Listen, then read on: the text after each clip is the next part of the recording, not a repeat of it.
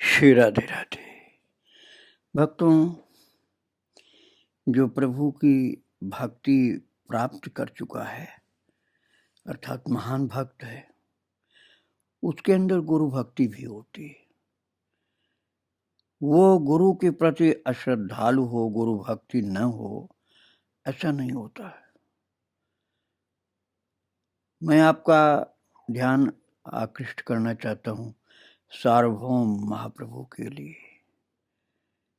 कितना अधिक अड़ियल थे पहले कि ये महाप्रभु जो हैं ये भक्त हो सकते हैं, क्योंकि महाभाव का दर्शन मिल गया था एक बार, लेकिन ये भगवान नहीं हो सकते। किंतु जब विद्या बुद्धि में हार गए, अपनी शक्ति सामर्थ्य में हार गए, तब मानना पड़ा कि मनुष्य के अंदर इतना ज्ञान नहीं हो सकता है जो इनके अंदर है। और अब इतना प्रेम हो गया उनको गुरु से, क्योंकि अब सच्ची भक्ति प्राप्त हो गई, तो गुरु भक्त हो गए सार्वभौम जी। और महाप्रभु जी दक्षिण की यात्रा में अकेले जाना चाहते हैं। कोई भक्त नहीं चाहता कि महाप्रभु अकेले जाएं, सेवा कौन करेगा, हमारे गुरुदेव अकेले जाएं, ये बात किसी को स्वीकार नहीं। तो सार्वभौम भट्टाचार्य को एक मुख्य स्थान दिया जाता था भक्तों में। बहुत मुश्किल से हार करके फिर वो भगवान के शरणागत हुए थे।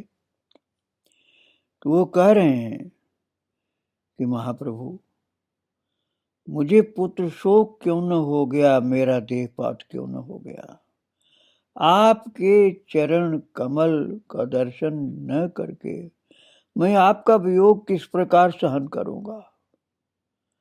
प्रभु, आप किस रास्ते से जाएंगे, किस प्रकार रास्ते के क्लेश सहन करेंगे। और अब श्री गौरांगिन प्रबल प्रतापान्वित श्री बृहस्पति अवतार, साक्षात बृहस्पति भगवान के ही अवतार सार्वभौम भट्टाचार्य के निकट उनके एकमात्र पुत्र चंदनेश्वर की अपेक्षा कई गुना अधिक प्रिय हो गए हैं। पुत्र में जितना प्रेम था उससे ज्यादा प्रेम हो गया महाप्रभु के लिए सार्वभौम जी का। जब सुखदेव ने श्री कृष्ण की आदि लीला का वर्णन करते करते कहा, श्री नंद नंदन गोप गोपी गण के निकट इतने प्रिय हो गए कि वे लोग उनसे अपने पुत्र से भी अधिक प्रीति करने लगे। गोपियों की बात सुखदेव जी ने बताई थी। तब श्रोतागण ने चकित होकर जिज्ञासा की, ऐसा कैसे हो सकता है कि कोई अपने बच्चे से ज्यादा माने? ये तो पूरी तरह अस्वाभाविक है।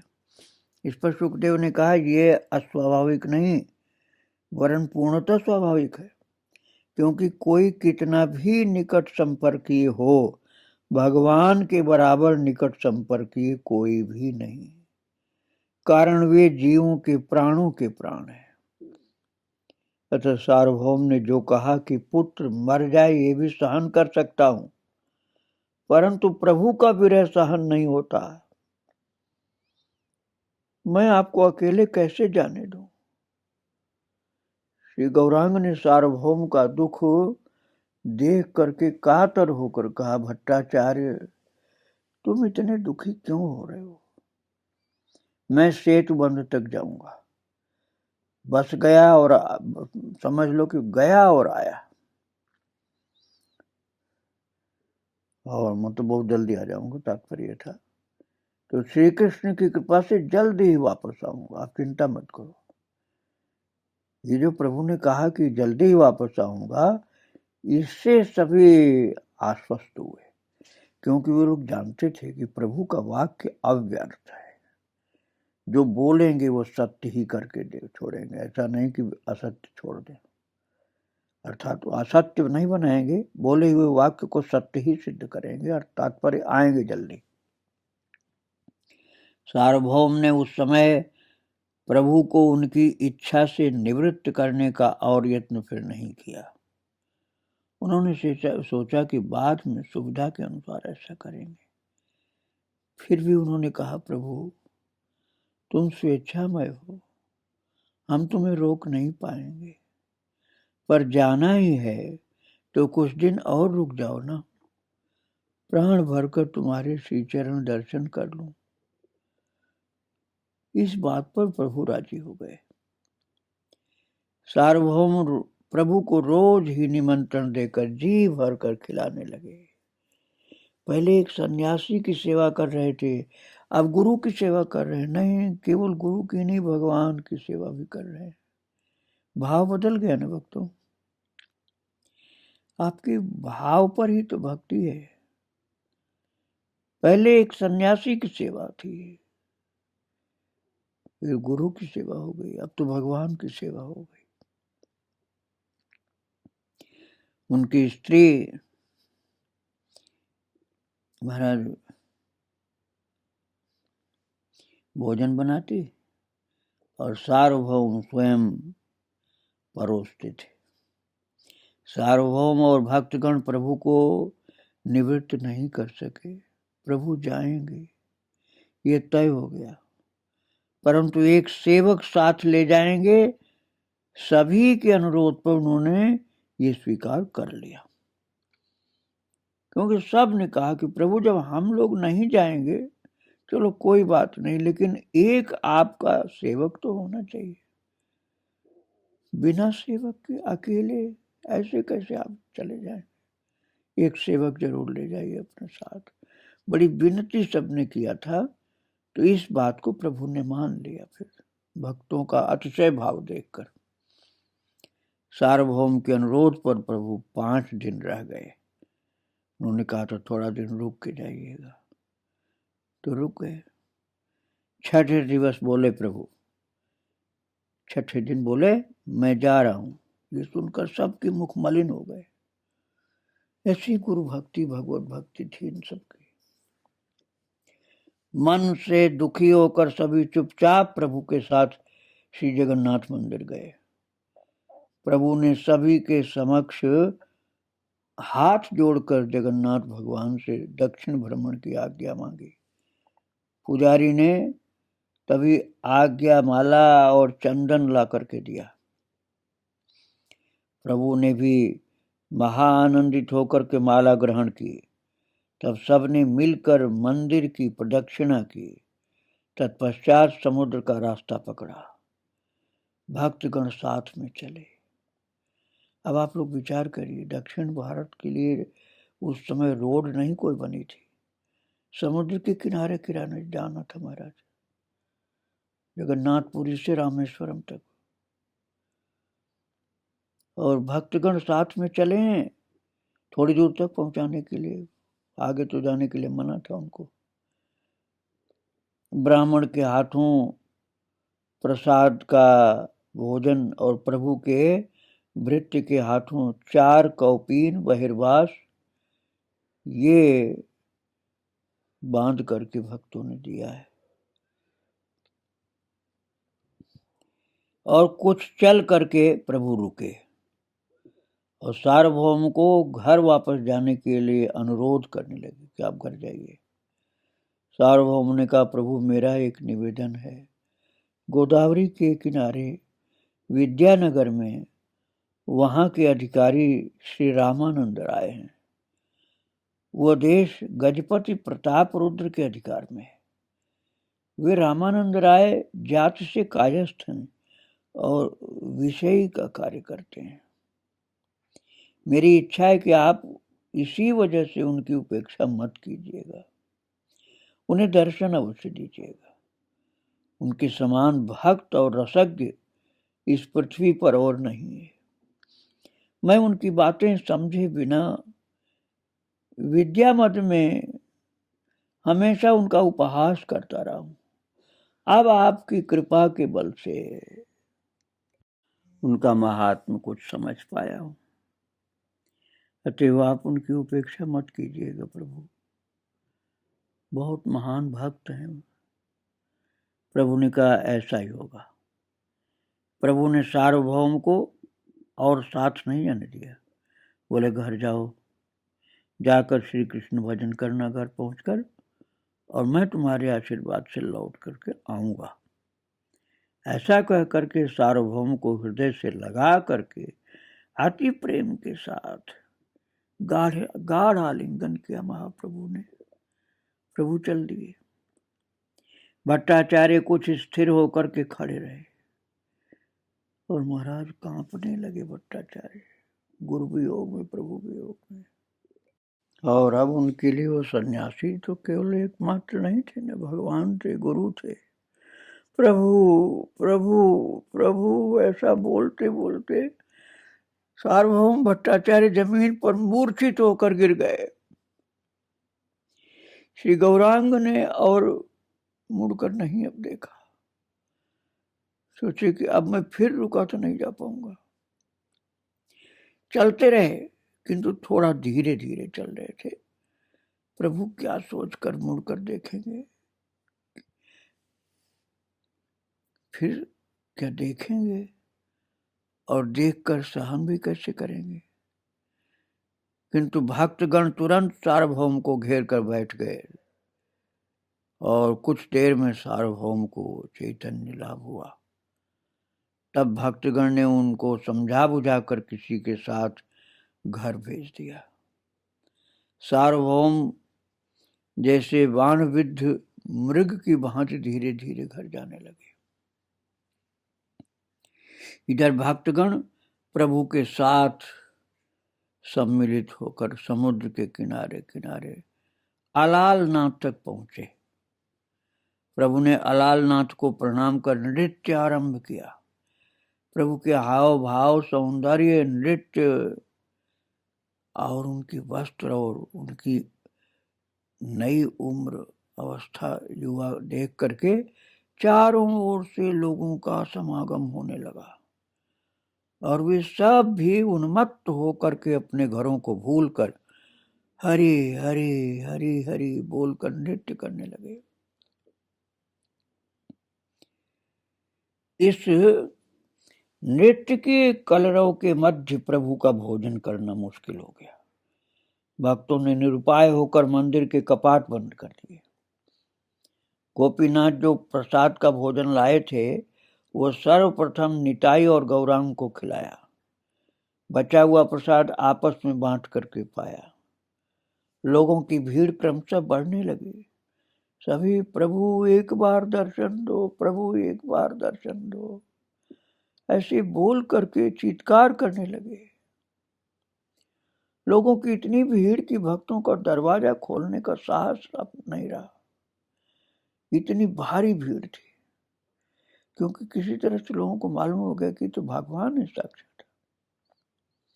किंतु प्रभु लोगों की आरती देख करके सहन नहीं कर पा रहे थे, इसलिए स्थिर नहीं रह सके। उन्होंने दरवाजा खोलने की आज्ञा दी। इस प्रकार हजारों हजारों लोगों ने प्रभु का दर्शन एक साथ किया और जय श्री कृष्ण चैतन्य, जय श्री कृष्ण चैतन्य, जय सचल जगन्नाथ, जय सचल जगन्नाथ, ऐसा बोल करके लोग नृत्य करने लगे। और भक्तों,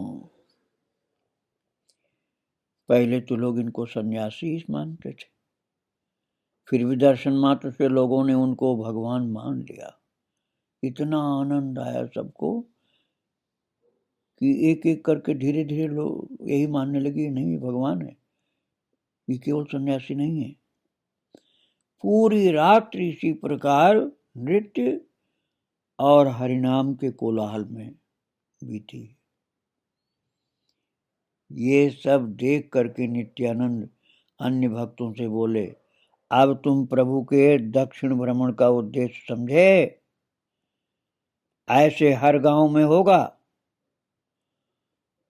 और महाराज प्रभात में सबने स्नान किया। प्रभु ने संगी गण से विदा मांगी। कोई कुछ कह नहीं पाया।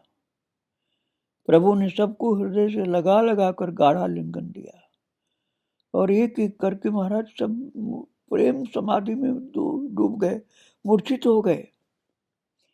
सब पड़े ही रहे। जैसे उन लोगों ने सार्वभौम को उठाया था वैसे ही इन लोगों को अब कौन उठाएगा। तब प्रभु ने क्या किया, उनके पीछे पीछे उनका भृत्य और जलपात्र बहिर्वास लिए चलने लगा। प्रभु ने सोचा अब यहाँ रुकने में गड़बड़ हो जाएगा, ये सब फिर पीछे लग जाएंगे, इसलिए सबको वहीं छोड़ करके एकमात्र सेवक को लेकर के प्रभु आगे बढ़ चले।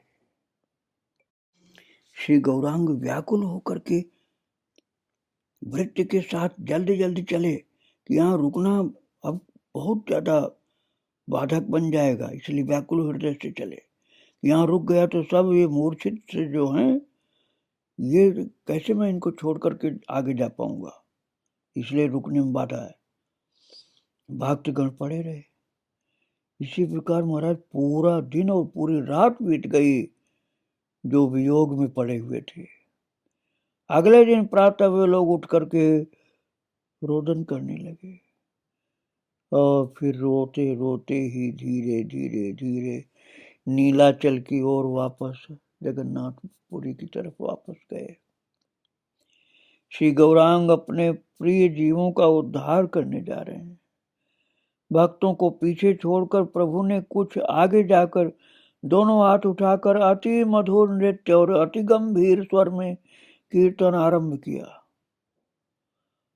और गा गा करके विश्व कल्याण के लिए अपना आंदोलन शुरू किया है। राम राघव राम राघव राम राघव रक्ष माम, कृष्ण केशव कृष्ण केशव कृष्ण केशव पाहि माम, कृष्ण कृष्ण कृष्ण कृष्ण।